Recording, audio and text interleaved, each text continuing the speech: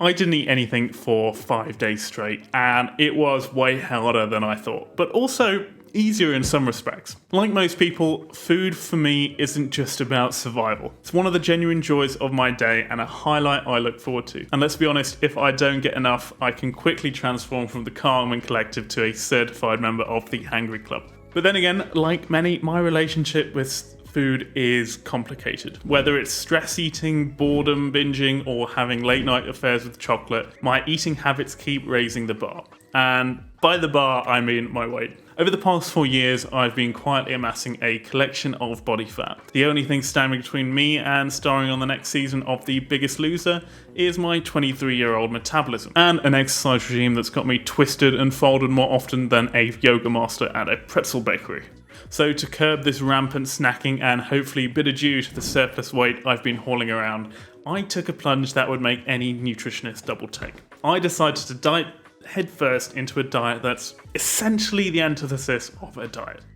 The intriguing world of eating absolutely nothing. But putting all quips aside, this isn't solely about shedding those extra pounds. I'm chasing a wider, broader range of health benefits that accompany sustained fasting, from sharper mental acuity, fine-tuned digestive health, elevated insulin sensitivity to boosting the immune system and promoting cellular repair through autophagy.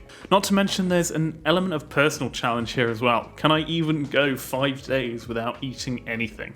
So I had my last meal on Sunday evening, finishing at around 9 PM and delving into season 2 Succession right after. The next morning, waking up with a little bit of dread, but overall confident in my ability to dismiss any temptations. A confidence that would henceforth drop in the coming days. So we are 14 hours in and we've got about 105 hours left to go. Feeling pretty good today, obviously. It's not been a long time since I've fasted. I am starting to get a little bit hungry. It's coming up to lunch now. It's 11:30 and I'm getting those tangs of hunger coming through. But I'm just going to keep myself really, really busy today, and hopefully I won't be thinking about food too much. I've done a 2-day fast before, and I know the hardest part is the end of the first and the start of the second day. This is when the amount of ghrelin, your body's hunger hormone, begins to accumulate in greater numbers. The goal here is just to keep as busy as possible, so I don't have any time to think about food. I worked through the day while also recording my mood at regular intervals. At 3 PM, I was feeling pretty hungry, but still chock full of energy and still pretty productive, seeing as the post-lunch crash never happened. Getting a lot more done than I had set out to in the day, I was feeling pretty good, and after a thorough choking and beating at the evening class of jiu-jitsu I attended, I was feeling better than ever. My hunger had gone and my mind was sharp. Okay, so just got back from a heavy session of jiu-jitsu. We are 23 hours in, nearly one full day into the fast. It was a little bit difficult to start with, just having not eaten all day, feel a little bit weak, but actually not too bad. A little bit weak on the motorcycle ride back, but now after a shower I feel good. Having an electrolyte drink, especially when you're doing a lot of working out and you're sweating a ton on a fast, it's really important to keep those salts up, otherwise you can crash. So we're going to see what my energy levels are. They're actually starting to come back up now, which I'm slightly worried about because of sleep. Whether or not I'm actually going to be able to get to sleep tonight or I'm going to be way too hungry. So we'll see. So it's the morning of day 2. Slept okay. A little bit rougher than usual. It was quite difficult to go to sleep. Just had a sort of a gnawing in my stomach.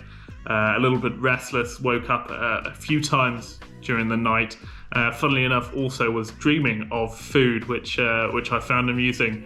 Today is going to be the hardest day. I think I'm going to get the hungriest today. So the objective is just to keep as busy as possible, so I have no time to think about wanting to eat. After a good night's sleep, I woke up to my surprise without any hunger and full of energy, which I ploughed straight into a workout. This was probably my first mistake, as I started to become a little lightheaded afterwards and my mood dropped drastically. Now you might ask why I'm working out during this fast, and the main reason is while losing fat is great, I would rather not lose any muscle mass along with it. Working out and fasting, while you won't gain any muscle mass, you just won't, because you just don't have the protein to rebuild your fibers, it does have a significant reduction on the amount of muscle mass that you lose. Later on, around lunchtime, my bad mood persisted, with me writing in my tracker simply low mood, low energy. My brain was quite cloudy and the hunger had started to come back in. But this was not to last for too long. My clarity came back, and while the hunger persisted, I had enough energy to keep myself occupied. So it's about 42 hours now into the fast. And I'm getting incredibly hungry now. I've got a big burning hole in my stomach. Although my energy level's actually really high, I went to the gym this morning, worked out fine, didn't have any issues there. I've just had a cup of beef stock as well, just to get those salt levels up, and it's not going to kick me out of the fast because it's only about 7 calories, but it's also nice to have that sort of savoury taste instead of just drinking water and electrolytes all day. It's probably a good aspect of the fast is my discontentment with any high passive dopamine releasing activity, such as watching the TV or TikTok on my phone. Activities that usually with a full stomach I would have no issue with doing for hours, but in this hunger state I felt in a way very productive and drawn to doing work rather than relaxing. It was sort of as if my body was telling me, you need to work and find some food now. Which makes total sense. If in a survival situation you didn't eat anything for a few days and your body just became tired and lazy, you would just fall into a spiral of decline and eventually die. The hungrier you got, the less motivated you were to find food. However, I found this to be completely the opposite. The hungrier I got, the more willpower and motivation I got to work. So, smashing through work in the afternoon, I finished the day on a high with my diary entry, good, hungry, tired, summing up perfectly how I felt. I thought I'd gotten over the worst of it and that my body was in full ketosis, hoping that the remaining days would be a breeze. But they weren't. That night I had some terrible sleep, waking up multiple times and finding it really, really hard to go back to sleep. In the morning I was groggy and tired, recording the lowest mood yet in my diary, and the hunger was savage. Nothing that I had ever experienced came close. First morning of day 3, just woken up and I am super, super hungry. I think this is the hunger peak and feeling a little bit weak. I am down like 4 kilos in weight. Probably a lot of that is water weight and food weight. Again, I'm just gonna have to try and keep myself really, really busy today, but I'm thinking about food a lot. My stomach was so loud I could have started a rock band with my hunger groans. This persisted throughout the morning until around 10 AM, when I got stuck into writing the first part of this script, and thankfully my mood and hunger dissipated. So just checking in again, it's just past noon from my lovely balcony. This morning really wasn't feeling too great, super hungry, super low energy. I think I just needed to get my head off the hunger. I dived into some work, smashed out 3 hours. Starting to feel a lot better now.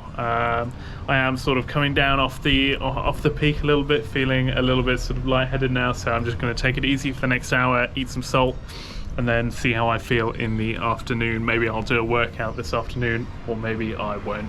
Depends on how I feel. But I just cannot express enough how hungry I felt this morning. It was ridiculous. Now let's talk a little bit about why fasting can be so great. I mentioned briefly at the start some of the well-known benefits of fasting. Fasting is like hitting the reset button on your body. It gives your overworked digestive system some well-deserved downtime. With no incoming food to process, your body can divert its resources to clearing up the house, or in this case, your cells. One significant benefit is something called autophagy, a biological process that's like your body's own cleaning service. When you fast, your cells start breaking down and recycling components that are damaged or not needed, like an internal spring cleaning, if you will. This has implications for anti-aging, cancer prevention, and overall longevity. Next up, let's talk insulin. Insulin sensitivity is a term that gets thrown around a lot, especially in the context of diabetes and obesity. Simply put, when you're eating all the time, your body essentially produces insulin to shuttle the glucose from your bloodstream into your cells. Over time, this can lead to insulin resistance, where your body needs more and more insulin to do the same job. Now, fasting can help reset this mechanism. By abstaining from food, your insulin levels drop and your body becomes more responsive to it, improving your insulin sensitivity. Fasting also helps with weight loss, and not just because you're eating fewer calories. When you're fasting, your body switches its energy source from glucose to fat, a metabolic state known as ketosis. These ketones are known to have a positive impact on cognitive function, mood, and even mental clarity.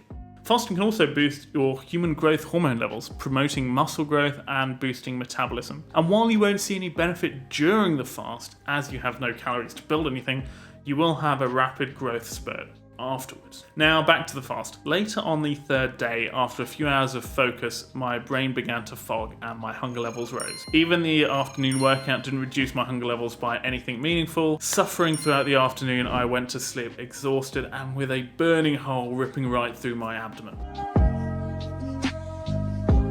On the fourth day, after my body had thrown pretty much every hunger signal it had at me, a funny thing happened. I was expecting to crash and burn like the previous day, and with another not so good night's sleep, this was becoming a certainty.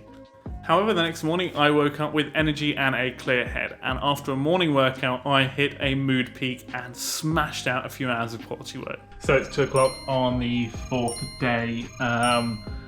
Feeling okay. This morning I actually woke up, loads and loads of energy, went to the gym, felt really strong, did some work. This afternoon, feeling a little bit more foggy, but the hunger has definitely gone away. I can still feel it. I can still feel like my stomach's empty, but there's definitely a lot less hunger than there was yesterday. Yesterday was an awful day.